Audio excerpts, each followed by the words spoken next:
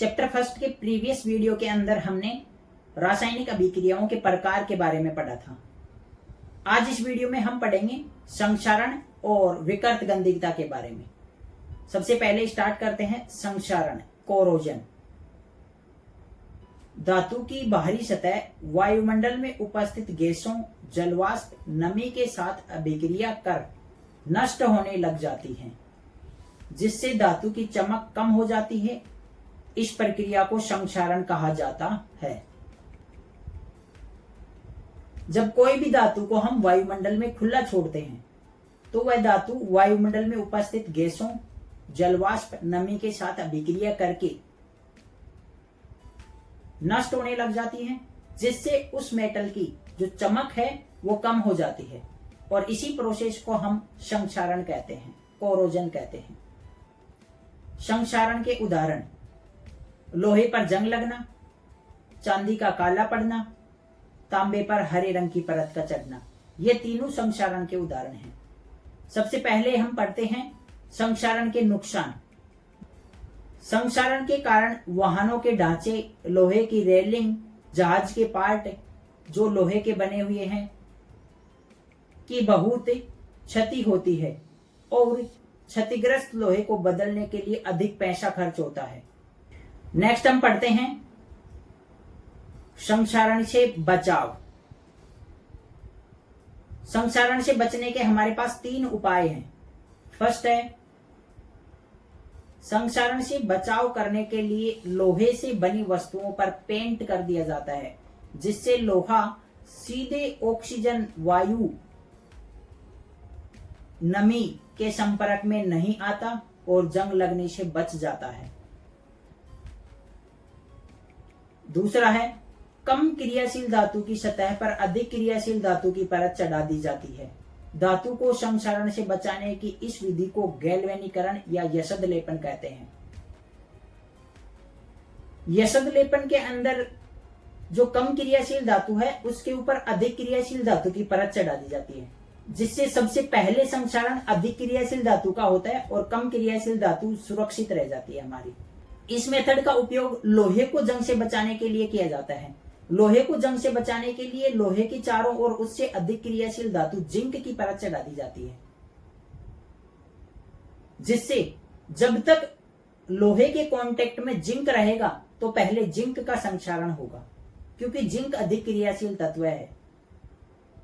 और जब तक जिंक लोहे के कांटेक्ट में रहेगा तब तक हमारा लोहा सुरक्षित रहेगा।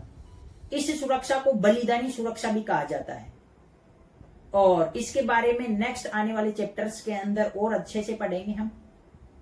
अगला है 3 नंबर, धातु की सतह पर तेल या ग्रीस लगाकर उसे चिकना बना दिया जाता है, जिससे वायु व नमी धातु के सीधे संपर्क में नहीं आती। मतलब जिस भी धातु को आपको संक्षारण से बचाना है उस धातु को आपको डायरेक्ट एयर के कांटेक्ट में नहीं आने देना है। चाहे आपको उसके लिए पेंट करना पड़े, चाहे आपको ग्रीस लगाना पड़े, चाहे या दूसरी धातु की परत चढ़ानी पड़े। नेक्स्ट हमारा टॉपिक है विकृत गंधकता, रेंसिडिटी। जब हम देखो वसायुक्त पदार्थों को वायु के अंदर खुला छोड़ते हैं तो उनका ऑक्सीडेशन हो जाता है और जिससे उनके स्वाद और गंध बदल जाता है। इसी प्रोसेस को हम रेंसिडिटी या विकृत गंधकता कहते हैं। वसायुक्त तेलीय पदार्थों को वायु की उपस्थिति में खुला छोड़ने पर इनका ऑक्सीकरण हो जाता है, जिससे इनका स्वाद और गंध बदल जाता है। इसे विकृत गंधकता कहते हैं। विकृत गंधकता के बचाव: सबसे पहला है प्रतिऑक्सीकारक पदार्थ मिलाकर। अब फूड के अंदर प्रतिऑक्सीकारक पदार्थ मिला देंगे तो वह प्रतिऑक्सीकारक पदार्थ उस फूड का ऑक्सीकरण नहीं होने देंगे और हमारा फूड लंबे समय तक सुरक्षित बचा रहेगा। नेक्स्ट है वायुरोधी पैकिंग के द्वारा। अगर हम फूड पदार्थ की वायुरोधी पैकिंग कर देंगे तो फूड एयर के कांटेक्ट में ही नहीं आएगा और उसका ऑक्सीडेशन नहीं होगा, तो विकृत गंधकता से बच जाएगा। नेक्स्ट है फ्रीज में रखकर। फ्रीज में रखेंगे तो फ्रीज में कम टेम्परेचर पर ऑक्सीजन के साथ फूड रिएक्ट नहीं कर पाएगा। और लास्ट है सबसे इंपॉर्टेंट, अक्रिय गैस नाइट्रोजन के कंटेनर में रखकर। फूड को हम अक्रिय गैस नाइट्रोजन के कंटेनर में भर देते हैं। नाइट्रोजन एक अक्रिय गैस है और इस नाइट्रोजन का उपयोग जो चिप्स के पैकेट होते हैं उनके अंदर किया जाता है। इसके साथ ही जो पुराने वाले विद्युत बल्ब होते थे, विद्युत बल्बों के अंदर भी नाइट्रोजन को भरा जाता था, जिससे विद्युत बल्ब का जो फिलामेंट है उसका जल्दी से ऑक्सीकरण ना हो।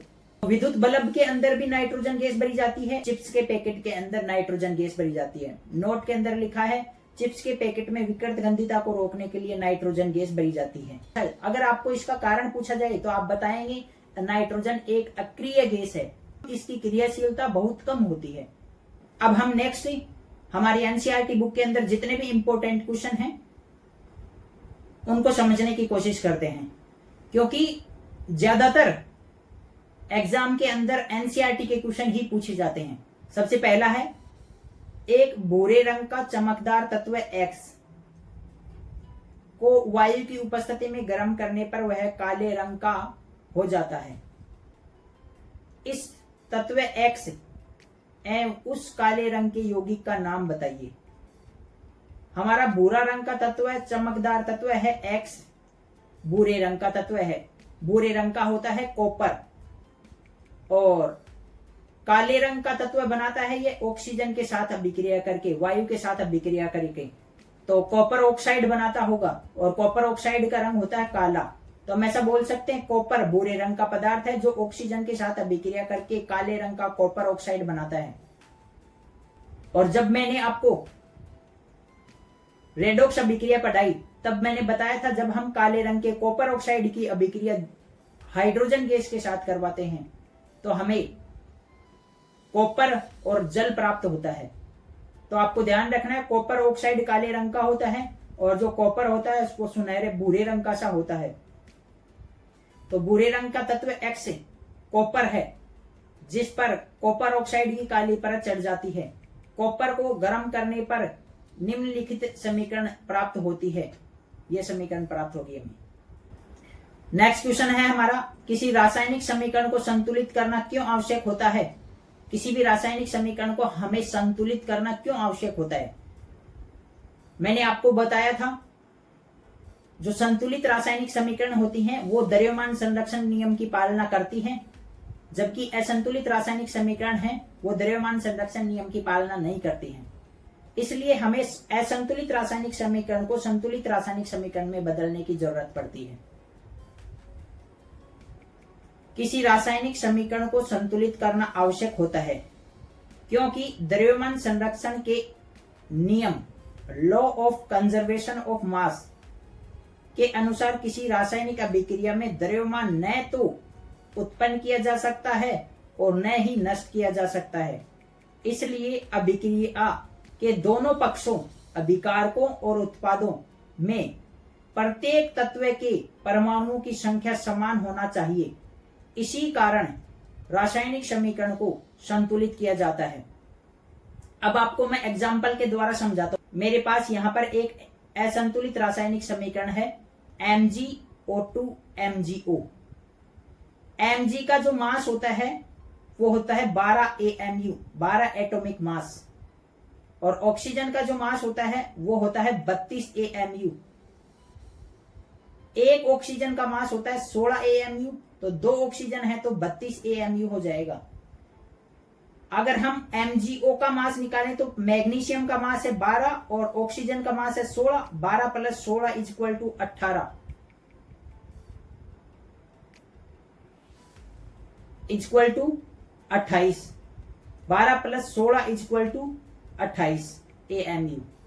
तो हम देख सकते हैं कुल अभिकारकों का कुल द्रव्यमान 44 AMU आ रहा है, उत्पादों का कुल द्रव्यमान 28 AMU आ रहा है। तो असंतुलित रासायनिक समीकरण होती है वो द्रव्यमान संरक्षण नियम की पालना नहीं करती है। हमारा द्रव्यमान संरक्षण का नियम कहता है कि अभिकारकों का कुल द्रव्यमान है वो उत्पादों के कुल द्रव्यमान के बराबर होना चाहिए, और असंतुलित रासायनिक समीकरण में ऐसा नहीं होता है। जैसा कि आप देख सकते हैं अभिकारकों का कुल द्रव्यमान 44 AMU है और उत्पाद का कुल द्रव्यमान 28 AMU है। लेकिन जब हम इस रासायनिक अभिक्रिया को संतुलित रूप में लिखते हैं तो हम देखते हैं अभिकारकों का कुल द्रव्यमान उत्पादों का कुल द्रव्यमान बराबर हो जाता है। अब हमारे पास है संतुलित रासायनिक समीकरण। यहां पर हमने 2mg की अभिक्रिया करवाई O2 के साथ, तो हमारे प्राप्त होता है 2mgO। अगर 1 mg का द्रव्यमान 12 AMU होता है तो 2 mg का 24 AMU हो जाएगा। अगर एक ऑक्सीजन का 16 AMU मास होता है तो दोनों ऑक्सीजन का 32 AMU हो जाएगा। इसी प्रकार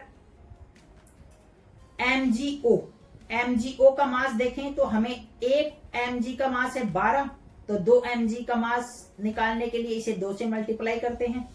और एक ऑक्सीजन का मास है 16, 2 ऑक्सीजन का निकालने के लिए इसे 2 से मल्टीप्लाई करते हैं। जब इसको हम सोल्व करते हैं तो हमारे पास टोटल मास आता है 56 AMU। मतलब उत्पाद का कुल मास है हमारे पास 56 AMU। अगर हम दोनों अभिकारकों का कुल द्रव्यमान देखें तो वो भी हमारे पास 56 AMU आ रहा है। तो हम ऐसा बोल सकते हैं संतुलित रासायनिक समीकरण के अंदर अभिकारकों का कुल द्रव्यमान उत्पादों के कुल द्रव्यमान के बराबर होता है, इसलिए किसी रासायनिक अभिक्रिया को हमें संतुलित करने की जरूरत होती है। अगला क्वेश्चन है हमारा, मैग्नीशियम रिबन का दहन करने से पहले उसे रेगमाल सैंड पेपर से साफ क्यों किया जाता है? मैग्नीशियम रिबन वायु के संपर्क में आने पर उसकी सतह पर मैग्नीशियम ऑक्साइड MgO की एक पतली परत बन जाती है। यह परत दहन में बाधा उत्पन्न करती है, इसलिए दहन से पहले मैग्नीशियम रिबन को रेगमाल सैंड पेपर से साफ किया जाता है ताकि ऑक्साइड की परत हट जाती है, जिससे मैग्नीशियम रिबन आसानी से चमकदार सफेद ज्वाला के साथ जलता है। सबसे पहले इस क्वेश्चन के अंदर आपको यह भी ध्यान रखना है, मैग्नीशियम रिबन है वो सफेद ज्वाला के साथ जलता है। देखो, जैसे ही हम मैग्नीशियम को एयर के अंदर खुला छोड़ते हैं तो इसका दहन होने लग जाता है। बोले तो यह मैग्नीशियम ऑक्सीजन के साथ रिएक्शन करके मैग्नीशियम ऑक्साइड बना लेता है, और ये मैग्नीशियम ऑक्साइड की परत उस मैग्नीशियम के तार के चारों ओर चिपक जाती है। जब हम मैग्नीशियम के तार को जलाते हैं तो यह मैग्नीशियम ऑक्साइड की परत उसको जलने में बाधा उत्पन्न करती है, अच्छे से जलने नहीं देती है। अगर हम इस मैग्नीशियम ऑक्साइड की परत को रेगमाल से साफ करके उतार दें तो मैग्नीशियम का रिबन है वो आसानी से जलेगा। इसलिए हमें मैग्नीशियम ऑक्साइड की परत को हटाने के लिए रेगमाल सैंड पेपर से ही साफ करना पड़ता है MG रिबन को।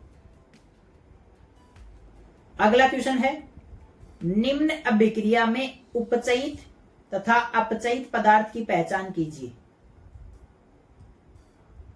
उपचयित बोले तो जिसका ऑक्सीकरण हुआ है, और उपचयन में ऑक्सीजन जुड़ती है और हाइड्रोजन निकलती है। अपचयन के अंदर हाइड्रोजन जुड़ती है और ऑक्सीजन निकलती है।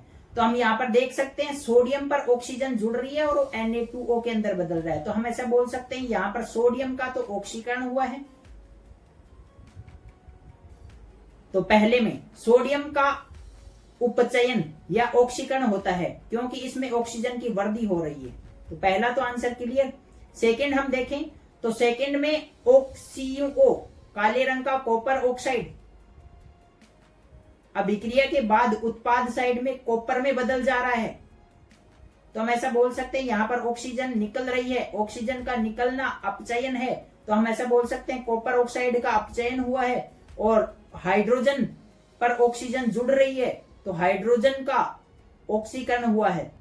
तो हम बोल सकते हैं कॉपर ऑक्साइड, काले रंग के कॉपर ऑक्साइड में ऑक्सीजन का ह्रास हो रहा है, कमी हो रही है, इसलिए यह अपचयित हुआ है, तथा हाइड्रोजन में ऑक्सीजन की वृद्धि हो रही है, इसलिए यह उपचयित हुआ है, इसका ऑक्सीकरण हुआ है। अगला क्वेश्चन देखते हैं हम, लोह चूर्ण पर तनु हाइड्रोक्लोरिक अम्ल डालने से क्या होता है? सही उत्तर पर निशान लगाइए।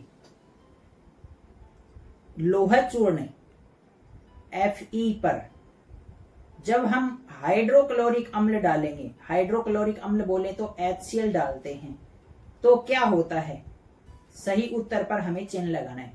तो होता क्या है देख सकते हैं आप, यहां पर हाइड्रोजन है, हाइड्रोजन सक्रियता श्रेणी में नीचे है और Fe सक्रियता श्रेणी में ऊपर है। तो ऐसा बोल सकते हैं अधिक क्रियाशील तत्व Fe है और कम क्रियाशील तत्व हाइड्रोजन है। तो अधिक क्रियाशील तत्व क्रियाशील तत्व को उसके यौगिक से बाहर निकाल देगा। तो हम ऐसा बोल सकते हैं यहाँ पर अधिक क्रियाशील तत्व Fe हाइड्रोजन को HCl से बाहर निकाल देगा और हमारे पास उत्पाद प्राप्त होगा FeCl2 और हाइड्रोजन गैस बाहर निकल जाएगी। अगर इसे विक्रिया को संतुलित करें तो यहाँ पर 2 लगा देंगे तो हमारा उत्पाद बनेगा FeCl2 और हाइड्रोजन गैस बाहर निकलेगी, ऐसा बोल सकते हैं।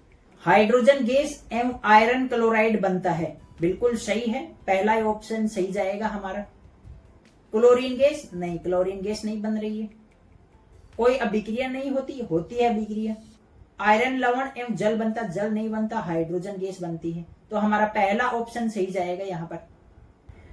नेक्स्ट हम देखते हैं, जब लोहे की कील को कॉपर सल्फेट के विलयन में डुबाया जाता है तो विलयन का रंग क्यों बदल जाता है।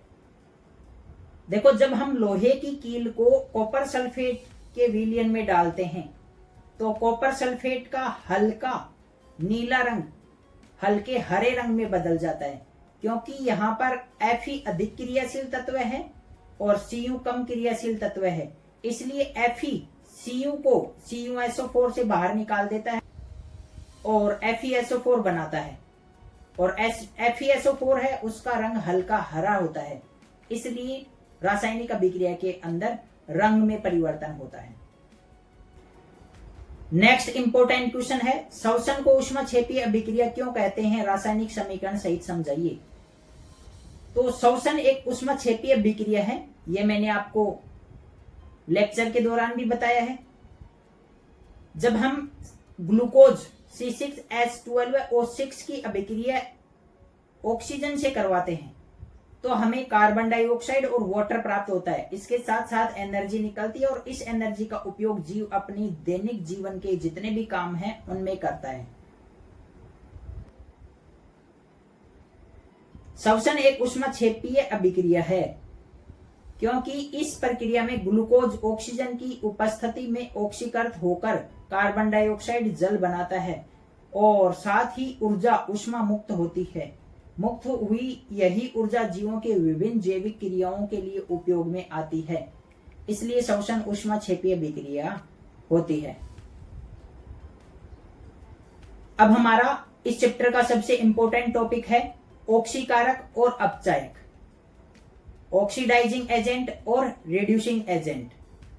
देखो, जब भी मैं ऑक्सीकारक और अपचायक वाली प्रॉब्लम देखता हूं तो मेरे दिमाग में एक ही नाम आता है, उल्टा पुल्टा। ऑक्सीकारक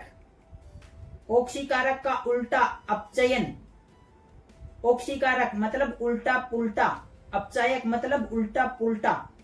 जो ऑक्सीकारक है उसका खुद का अपचयन होगा और जो अपचायक है उसका खुद का ऑक्सीकरण होगा, उल्टा पुल्टा है। ऑक्सीकारक का खुद का अपचयन होता है और अपचायक का खुद का ऑक्सीकरण होता है।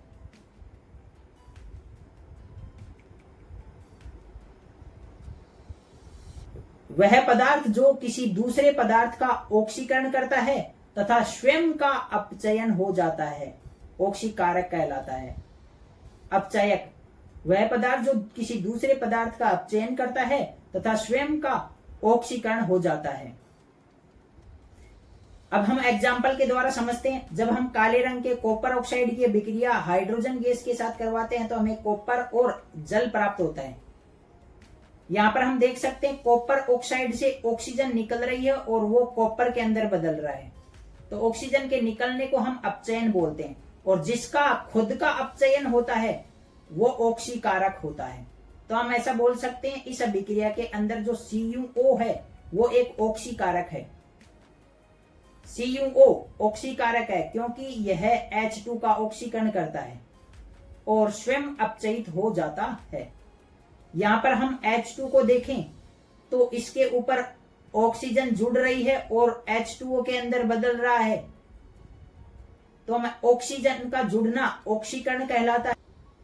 अर्थात जिसका ऑक्सीकरण होता है वो अपचायक होता है। तो H2 अपचायक है क्योंकि यह CuO का अपचयन करता है और H2O में ऑक्सीकरणित हो जाता है, स्वयं क्या हो जाता है, ऑक्सीकरणित हो जाता है। मतलब जैसा नाम है उसका विपरीत खुद का होगा, उल्टा पुल्टा है। ऑक्सीकारक का खुद का अपचयन होता है और अपचायक का खुद का ऑक्सीकरण होता है, और जिसका खुद का ऑक्सीकरण होता है वो दूसरों का अपचयन करता है, और जिसका खुद का अपचयन होता है वो दूसरे का ऑक्सीकरण करता है। ऑक्सीकारक वे पदार्थ होते हैं जो खुद का तो अपचयन कर लेते हैं और दूसरे का ऑक्सीकरण कर देते हैं। अपचायक वे पदार्थ होते हैं जो खुद का तो ऑक्सीकरण करते हैं और दूसरे का अपचयन करते हैं। अगला हमारा मल्टीपल चॉइस क्वेश्चन है, निम्नलिखित अभिक्रिया में कौन सा कथन असत्य है? यह क्वेश्चन इंपॉर्टेंट क्वेश्चन है। पीबीओ कार्बन के साथ अभिक्रिया करता है तो पीबी और कार्बन डाइऑक्साइड बनता है, तो हम ऐसा बोल सकते हैं पीबीओ पीबी के अंदर कन्वर्ट हो रहा है, तो यहां पर ऑक्सीजन निकल रही है, ऑक्सीजन का निकलना अपचयन होता है, और जिसका खुद का अपचयन होता है वो ऑक्सीकारक होता है, तो यहां पर पीबीओ ऑक्सीकारक है। और कार्बन पर अगर हम देखें तो ऑक्सीजन जुड़ रही है और वो कार्बन डाइऑक्साइड के अंदर बदल रहा है, तो हम ऐसा बोल सकते हैं कार्बन का ऑक्सीकरण हो रहा है, और जिसका खुद का ऑक्सीकरण होता है वो अपचायक होता है। तो यहां पर कार्बन तो अपचायक है और पीबीओ ऑक्सीकारक है।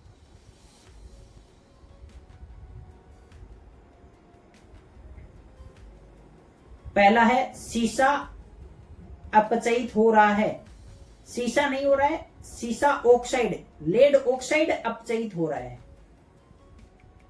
कार्बन डाइऑक्साइड उपचयित हो रहा है, कार्बन डाइऑक्साइड उपचयित नहीं हो रहा है, कार्बन उपचयित हो रहा है।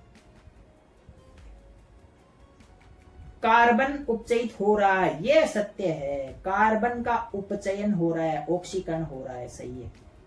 लेड ऑक्साइड अपचयित हो रहा है, हाँ लेड ऑक्साइड है वो अपचयित हो रहा है, ये भी सही है। तो हमारे सत्य कथन तो है सी और डी, और असत्य कथन है ए और बी। तो हमें असत्य कथन पूछा है, असत्य कथन हमने लिख दिया, ए और बी असत्य कथन है। अब हम अगला क्वेश्चन देखते हैं। फेरस सल्फेट FeSO4.7H2 के तापीय अपघटन की अभिक्रिया लिखिए एवं समझाइए। क्रिस्टलीय फेरस सल्फेट FeSO4.7H2 को गर्म करने पर यह अपना क्रिस्टलन जल 7H2 खो देता है और सफेद निर्जल फेरस सल्फेट में बदल जाता है। जब FeSO4.7H2 को गर्म करते हैं तो यह FeSO4 के अंदर बदल जाता है और इसके साथ साथ H2O बाहर निकल जाता है।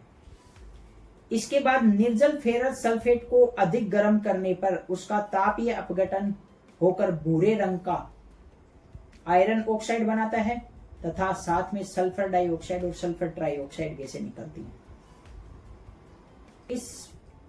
जब हम इस फेरस सल्फेट को और अधिक गर्म करते हैं तो यह फेरस सल्फेट भूरे रंग के ऑक्साइड Fe2O3 में बदल जाता है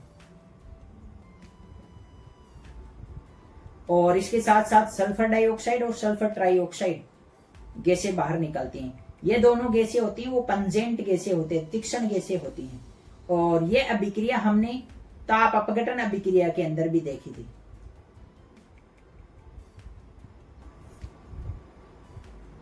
अगला प्रश्न है CuO H2 के साथ अभिक्रिया करके CuH2O में बदल रहा है। निम्नलिखित में असत्य कथन की पहचान करनी है आपको।